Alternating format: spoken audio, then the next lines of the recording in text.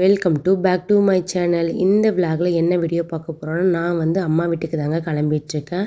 அம்மாவுக்கு வந்து உடம்பு சரியில்லைன்னு சொல்லிட்டு சொன்னாங்க. சரி ஓகே போய் பார்த்துட்டு வந்துடலாம்னு சொல்லிட்டு நானும் வந்து அரிபரியே கிளம்பிட்டு இருந்தேன். குட்டி பையனுக்கு தேவையான திங்ஸ்லாம் வந்து கொஞ்சம் எடுத்து வச்சுக்கிட்டு இருந்தேன். ஏன்னா மார்னிங் கிளம்பிட்டு ஈவினிங்காக வந்துடலான்னு சொல்லிட்டு. இப்போ ஆஃப் இயர்லி எக்ஸாம் முடிஞ்சதால் எல்லாருக்கும் வந்து லீவாக இருக்கும். ஆனால் ஷவன் குட்டிக்கு மட்டும் ஸ்கூல் தாங்க வச்சுருந்தாங்க. வேறு வழி இல்லாமல் தான் நான் வந்து அவனை போய் கூட்டிகிட்டு வந்துடலாம்னு சொல்லிட்டு நாங்களும் போயிருந்தோம். ஷவன் குட்டிக்கு ஊருக்கு போனோன்னே ரொம்ப ஜாலியாகிடும். நானும் வரேன்னு சொல்லிட்டு அவ்வளோ அடம் பிடிச்சிட்டு இருந்தான். ஷவன் குட்டிக்கு ஊருக்கு போனாவே நிறைய ஃப்ரெண்ட்ஸ்லாம் இருக்காங்க. அவங்களாம் வெயிட் பண்ணுவாங்க. இவர் வந்தாருன்னு தெரிஞ்சாலே எல்லாருமே வருவாங்க.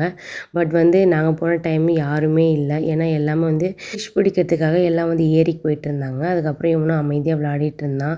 நாங்கள் வந்து போகும்போதே அம்மாவுக்கு வந்து ஃப்ரூட்ஸ்லாம் வாங்கிட்டு போயிடலான்னு சொல்லிட்டு எல்லாமே வந்து வாங்கிட்டு இருந்தேன். அவங்க உடம்பு சரியில்லைன்னு மட்டும்தான் சொன்னாங்க. என்னாச்சு ஏதாச்சு எதுவுமே எனக்கு தெரியல. அங்கே போய் பார்த்த பிறகு தான் எனக்கு தெரிஞ்சுது. அம்மா வந்து கீழே விழுந்ததால் அடிபட்டுருக்கு கையை வந்து தூக்கவே முடியாமல் அவ்வளோ கஷ்டப்பட்டுட்டு இருந்தாங்க. எனக்கு பார்க்கும்போது கண்ணெல்லாம் கலங்கிடுச்சு. பட்டு ஒரு 1 வீக் கழிச்சு தாங்க அவங்க என்கிட்டவே சொன்னாங்க. சொன்னால் நான் கஷ்டப்படுவேன்னு சொல்லிட்டு என்கிட்ட சொல்லவே இல்லை. அம்மா வந்து டெய்லி என்கிட்ட பேசுவாங்க. அப்புறம் ஒரு நாள் பேச மாட்டாங்க. என்ன ஆச்சுடான்னு கேட்கும்போது என்னோட தம்பி தான் சொன்னான் இந்த மாதிரி ஆயிடுச்சுன்னு சொல்லிட்டு. அடிபட்டு இப்போ 10 டேஸ் ஆகிடுச்சு. இப்போ சொல்கிறியேடான்னு சொல்லிட்டு நான் அவனை திட்டிட்டு அதுக்கப்புறம் நான் வரேன்னு சொல்லிட்டு தான் நான் போயிருந்தேன். போகும்போதே கொஞ்சம் ஸ்நாக்ஸ்லாம் அவங்களுக்கு பிடிச்ச மாதிரி வாங்கிட்டு போயிருந்தேன். எனக்கு வந்து அப்பா இல்லைங்க, அம்மா மட்டும்தான். அம்மாவும் தம்பி நான் 3 பேரும் தான் எங்கள் ஃபேமிலி. அம்மா வந்து ரொம்ப கஷ்டப்பட்டு தாங்க எங்களை வளர்த்தாங்க. எனக்கு ஒரு 6 இயர்ஸ் இருக்கும்போது என்னுடைய அப்பா இறந்துட்டாங்க. அப்போதுலேருந்து இப்போ வரையுமே எனக்காகவும் என் தம்பிக்காகவும் மட்டும்தான் அவங்க உழைச்சாங்க. இப்போவும் அவங்க எங்களுக்காக மட்டும்தான் யோசிப்பாங்க எப்போவுமே.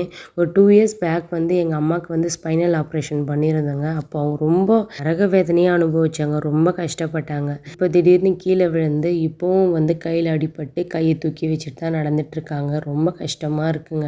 இந்த சுச்சுவேஷனில் அம்மாவால் எந்த வேலையுமே செய்ய முடியாதுங்க. தம்பி தான் எல்லா வேலையும் செஞ்சிட்ருக்கான். நீங்கள் தம்பிக்கிட்ட சொல்லிட்டேன் நீ சமைக்காத நான் வந்து சமைக்கிறேன்னு சொல்லிட்டு அவனும் வந்து ஆஃபீஸ் கிளம்பி போயாச்சு. அதுக்கப்புறம் வந்து நான் போய் சமைச்சு அதுக்கப்புறம் தாங்க கொடுத்தேன். அம்மா வந்து நான்வெஜ் சாப்பிடக்கூடாது, சரி ஓகேன்னு சொல்லிட்டு வெஜ்ஜாகவே செஞ்சுட்டேன். ஷவன் குட்டியை கூட்டிகிட்டு வந்துட்டு நாங்கள் பட்ட பாடு எங்களுக்கு தாங்க தெரியும். ஒரு நிமிஷம் கூட சும்மாவே இல்லைங்க. அவனை பார்க்கறதுக்கே எங்கள் அம்மா சுற்றிட்டே இருந்தாங்க அவன் பின்னாடி. ஆனால் கம்பேர் பண்ணால் குட்டி பையன் எவ்வளவோ பரவாயில்லன்னு தாங்க நான் சொல்லுவேன். அமைதியாக விளையாடிட்டே இருந்தான்.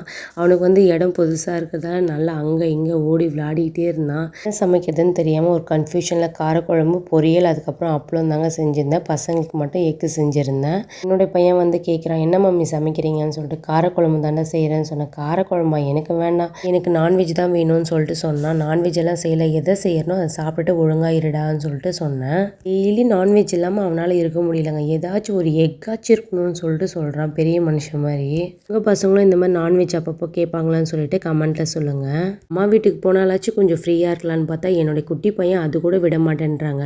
நல்லா விளையாடிட்டு இருந்தான். என்ன ஆச்சுன்னு தெரியல, திடீர்னு ஒரே ஃபாஸ்ட்டாக நானும் சமைச்சிட்டே இருந்தேன். அதுக்கப்புறம் போய் தூக்கி வச்சுட்டு தாங்க பண்ணிகிட்டு இருந்தேன். நீ டைம் நான் மேலேயே இருக்கணுன்றாங்க. உட்காரும்போதும் என் மேலேயே உட்காரணுன்றான். நிற்கும் போதும் வந்து என்னை தூக்கி வச்சு நில்லு மம்மின்னு சொல்கிற மாதிரி இருக்கு அவன் பண்ணுறது. அப்புறம் ரொம்ப பசியாக இருக்குன்னு சொல்லிட்டு அழுதுகிட்டே இருந்தான். சரி பனானா வைக்கலான்னு சொல்லிட்டு தான் ஊட்டி விட்டுட்டு இருந்தேன். குட்டி பையன் வாக்கிங் போயிட்டே தாங்க விளையாடிட்டே தாங்க சாப்பிட்டுட்டு இருந்தான். இந்த கிளைமேட்டுக்கு நம்ம அங்கேயே இருந்தால் கண்டிப்பாக ஃபீவர் கூட வந்துடும் போலங்க. அவ்வளோ வெயில் அடிக்குது, அப்போது அவ்வளோ காற்றடிக்குதுங்க. என்னோட ஹஸ்பண்ட்க்குனா அங்கேருந்து வரத்துக்கு மனசே இல்லைங்க. அவ்வளோ என்ஜாய் பண்ணி நல்லா காற்றடிக்குது உங்கள் வீட்டாண்டன்னு சொல்லிகிட்டே இருப்பார். என்னை விட அவருக்கு தாங்க ரொம்ப பிடிக்கும் எங்கள் வீட்டுக்கு வரணுன்னா வாங்க வீட்டுக்கு போகலான்னு சொல்லிட்டு எப்போவுமே கூப்பிடுவார். ஆனால் நான் ரொம்ப ரேராக தாங்க நாங்கள் போவோம்.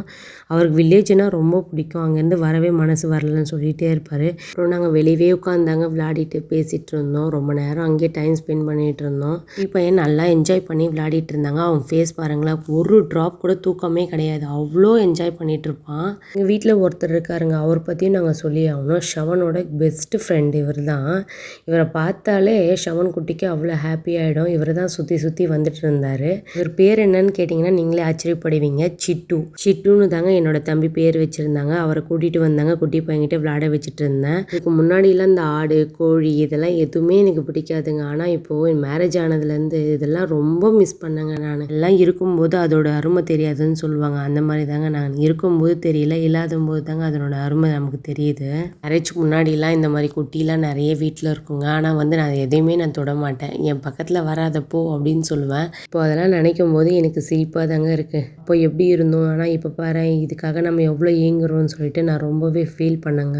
அவன் குட்டினா சிட்டுவை விடவே இல்லைங்க. கையில் தூக்கி வச்சுட்டே இருந்தான். அதுக்கு சாப்பாடு ஊட்டுறேன், இதை வைக்கிறேன், அதை வைக்கிறேன்னு சொல்லிட்டு ரொம்ப நேரம் டைம் ஸ்பெண்ட் பண்ணிகிட்டே இருந்தான். தூக்கி வச்சுட்டே இருக்கேடா, கை வலிக்கலையாடான்னு கேட்டால், எனக்கு கையெல்லாம் வலிக்கல மம்மி, சிட்டுவை வீட்டுக்கு கூட்டிகிட்டு போயிடலாமான்னு சொல்லிட்டு கேட்டான். வீட்டுக்கெல்லாம் என்னால் சத்தியமாக முடியாது, அவங்கள வச்சுட்டு சமாளிக்க முடியல, இதில் வேறு அதை வேறு எப்படிடா நானே பார்த்துக்கிறேன் மம்மி சிட்டுவை, நானே அவனுக்கு வந்து சாப்பாடெலாம் ஊட்டி விட்டுக்கிறேன், நீங்கள் எதுவும் பண்ண வேண்டாம்னு சொல்லிட்டு இருந்தான். ஐயோ நானா, நீ இப்படி சொல்லுவேன், என்னாலாம் முடியாது, அதெல்லாம் நம்ம வீட்டில் செட் ஆகாதுடான்னு சொல்லிட்டு இருந்தேன். ரொம்ப பசிக்குது மம்மி, பூவா வேணும்னு சொல்லிட்டு கேட்டிருந்தான். சரி ஓகேன்னு சொல்லிட்டு என் ஹஸ்பண்ட் வந்து அப்பளம் வறுத்துட்டு இருந்தாங்க. சரி போனேன்னா பூவா எடுத்துகிட்டு வரோன்னு சொல்லிட்டு நானும் ஹஸ்பண்டும் பண்ணிட்டு இருந்தாங்க. குட்டி பையன் வந்ததுலேருந்து இந்த ஒரு வேலையை மட்டும் கரெக்டாக பண்ணிட்டு இருக்காங்க. எழுந்து நின்றுட்டு நடக்கலாம்னு சொல்லிட்டு போகிறானா இல்லையான்னு தெரியலங்க. நாங்களும் ரொம்ப நேரம் வெயிட் பண்ணி பார்க்குறோம். ரொம்ப நேரமாக அந்த ஸ்டிக்கை வச்சு அங்கே தாங்க நின்றுட்டுருக்கான். நடந்து போடான்னு சொன்னாலும் பயப்படுறான், இல்லைனா வந்து கீழே அப்படியே உட்காந்துடுறான். அப்புறம் எல்லாருக்குமே ரொம்ப பசி வந்துச்சுங்க, சாப்பிட்லான்னு சொல்லிட்டு ஃபஸ்ட்டு ஹஸ்பண்டுக்கு வந்து ரொம்ப பசிக்குதுன்னு சொல்லிட்டு சொன்னார். சரி ஓகே நீங்களே ஃபஸ்ட்டு சாப்பிட்ருங்கன்னு சொல்லிட்டு நாங்களும் வந்து சாப்பாடு போட்டு விட்டுட்டேங்க. வெளியே உட்காந்து சாப்பிட்றோன்னா அவருக்கு வெளியே உட்காந்து சாப்பிட்டா தான் மைண்ட் ரிலாக்ஸேஷனாக இருக்கும்னு சொல்லிட்டு சொன்னார். சரி ஓகே எல்லாருமே இங்கேயே சாப்பிட்றலான்னு சொல்லிட்டு நாங்களும் சாப்பாடு போட்டு சாப்பிட்டுட்டு இருந்தாங்க. ரொம்ப ஹாப்பியாக இருந்ததுங்க. இந்த மாதிரி ரொம்ப லாங் டைமாக தாங்க நாங்கள் வெளியெல்லாம் உட்காந்து சாப்பிட்டுட்ருக்கோம். ஏன்னா வந்து அதிகபட்சம் நம்ம வீட்டுக்குள்ளேயே இருப்போம், வெளியவே வர முடியாது, வெளிச்சமே பார்க்க முடியாது, ரொம்ப கஷ்டமாக இருக்கும். ஆனால் அம்மா வீட்டாண்ட அப்படி கிடையாது, ரொம்ப ஃப்ரீயாக இருக்குங்க. இப்போ நான் அவ்வளோ மிஸ் பண்ணுறேங்க எங்கள் அம்மா வீட. அதுக்கப்புறம் சாப்பிட்டுட்டு எல்லாத்தையும் வாஷ் பண்ணி வச்சிடலான்னு சொல்லிட்டு தாங்க பண்ணிகிட்டு இருந்தேன். சரி ஈவினிங்காக கிளம்பிடலான்னு சொல்லிட்டு நாங்கள் டிசைட் பண்ணி வச்சுருந்தேன். அதுக்கப்புறம் வந்து இந்த வாழைப்பூ வந்து இருக்குமா, இதை வந்து கட் பண்ணி எடுத்துகிட்டு போன்னு சொல்லிட்டு அம்மா சொன்னாங்க. ரொம்ப நேரம் எனக்கு எட்டவே இல்லைங்க, அதை இழுத்து அதுக்கப்புறம் தாங்க நான் அதை கட் பண்ணியே எடுத்தேன். ரொம்ப பெரிய வாழைப்பூங்க, அம்மாவால் அதை செய்ய முடியாது. சரி ஓகே நீ எடுத்துகிட்டு போயிடுமா, இன்னும் இருக்குதுன்னு சொல்லிட்டு சொன்னாங்க. அதுக்கப்புறம் இந்த வாழைத்தாருங்க, இதை எப்படி கட் பண்ண முடியவே இல்லைங்க என்னால். ரொம்ப ட்ரை பண்ணேன் நானும், என்னால் சுத்தமாக முடியல. எப்படியோ கஷ்டப்பட்டு ஒரு வழியை நானும் கட் பண்ணி எடுத்துட்டேங்க. அம்மா கூட ஹெல்ப் பண்ணுறேன், நான் ஒரு பக்கம் பிடிக்கிறேன்னு சொன்னாங்க. வேண்டாம் உங்களுக்கே வேறு கை சரியில்லை, நானே பார்த்துக்கிறேன்னு சொல்லிட்டு வீராப்பா சொல்லிட்டேன். ஆனால் ரொம்ப கஷ்டப்பட்டு தாங்க அதை கட் பண்ணி எடுத்தேன். தம்பி இருந்தால் எல்லாமே அவனே A to Z பண்ணி கொடுத்துருவான். எல்லாத்தையுமே தனித்தனியாக கட் பண்ணி எடுக்கலாம்னு சொல்லிட்டு அம்மா சொன்னாங்க. இல்லை அப்படியே எடுத்துகிட்டு போக முடியாது உங்களால் அப்படின்னு சொன்னதால் எல்லாத்தையுமே நான் ரொம்ப நேரம் ட்ரை பண்ணி கட் பண்ணிகிட்டே இருந்தாங்க. அப்போ கூட ஹஸ்பண்ட் பார்த்துட்டே இருந்தாங்க. ஹெல்ப் பண்ணட்டுமான்னு சொல்லிட்டு ஒரு வார்த்தை கூட ஹஸ்பண்ட் கேட்கவே இல்லைங்க. சரி உன்னால் பண்ண முடியும், நீ பண்ணுன்னு என்ன சொன்னாங்க. சரி விடுங்க நானே பார்த்துக்கிறேன்னு சொல்லிட்டு நான் பண்ணிகிட்டு இருந்தேங்க. மாடியில் புதினாலாம் இருக்குமா, கட் பண்ணி எடுத்துக்கோன்னு சொல்லிட்டு அம்மா சொன்னாங்க. சரி ஓகேன்னு சொல்லிட்டு மாடிக்கு போய் கொஞ்சம் நேரம் அப்படியே நின்றுட்டு ஃபோட்டோஸ்லாம் எடுக்கலாம்னு சொல்லிட்டு ட்ரைஃபார்டில் தாங்க என்னோடய ஃபோன் வச்சுருந்தேன். அதோடு சேர்ந்து அப்படியே கீழே விழுந்துச்சுங்க ஃபோனு. ஐயோ நம்ம ஃபோன் போச்சுடான்னு நினச்சி பயந்துட்டேங்க. அதுக்கப்புறம் வந்து ஃபோன் வந்து கீழே விழல, அது மேலே ஒரு ஓடு இருந்தது, ஓடு மேலே விழுந்ததால் ஃபோன் தப்பிச்சுதுங்க. ஸ்டாண்டோட ஒரு ஃபோனே விழுதுன்னா அப்போ எந்த அளவுக்கு இங்கே காற்றடிக்கும்னு மட்டும் யோசிச்சு பாருங்களேன். ரொம்ப பயந்துட்டேங்க. ஆனால் நம்ம ஃபோன் போச்சு, நம்ம என்ன பண்ணுறது, வீடியோஸ் எப்படி அதுலேருந்து எடுக்கிறதுன்னு சொல்லிட்டு மைண்ட் செட் இப்படி தாங்க ஆச்சு எனக்கு. ஃபஸ்ட்டு ஃபோன் எடுத்து செக் பண்ணி பார்த்தேங்க, ஃபோன் எதனா டேமேஜ் ஆயிருக்கான்னு சொல்லிட்டு பார்த்தேன், ஒன்றும் ஆகலை. அதுக்கப்புறம் தாங்க வீடியோ எடுக்கவே ஸ்டார்ட் பண்ணேன். அதுக்கப்புறம் எடுத்துகிட்டு கீரைலாம் வீட்டை சுற்றி எப்போவுமே இருக்குங்க, அதனால் கொஞ்சம் கீரை எப்போவுமே நான் பறிச்சிட்டு வந்துடுவேன். அதுக்கப்புறம் வந்து எல்லாத்தையும் பேக் பண்ணி எடுத்து வச்சுக்கலான்னு சொல்லிட்டு நானும் பண்ணிகிட்டே இருந்தேன். எனக்கு வந்து அம்மா விட்டுட்டு வர மனசு சுத்தமாக கிடையாதுங்க. எனக்கு ரொம்ப கஷ்டமாக இருந்தது அவங்கள அந்த சுச்சுவேஷனில் விட்டுட்டு வரதுக்கு.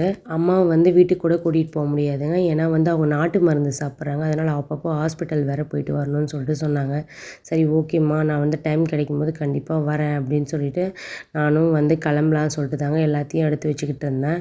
என்னோடய பையன் நான் வரவே மாட்டேன் இங்கேயே இருக்கேன்னு சொல்லிட்டு கொஞ்சம் பிடிவாதமாக இருந்தான். இன்னும் 10 days தாண்டா இருக்குது பொங்கல் வரதுக்கு, பொங்கல் வரும்போது நம்ம அம்மா வீட்டுக்கு வரலான்னு சொல்லிட்டு அவனை கன்வின்ஸ் பண்ணி கூட்டிகிட்டு வந்துட்டாங்க. எங்களுக்கு இந்த டே எப்படி தாங்க போச்சு, உங்களுக்கு எப்படி போச்சுன்னு சொல்லிட்டு கமெண்ட்டில் சொல்லுங்கள். இந்த வீடியோ உங்களுக்கு ரொம்ப பிடிச்சிருந்தா நம்ம சேனலை புதுசாக பார்க்குறவங்களா இருந்தால் சப்ஸ்கிரைப் பண்ணி வச்சுக்கோங்க, லைக் பண்ணுங்கள், ஷேர் பண்ணுங்கள், கமெண்ட் பண்ணுங்கள். தேங்க்யூ ஃபார் வாட்சிங்.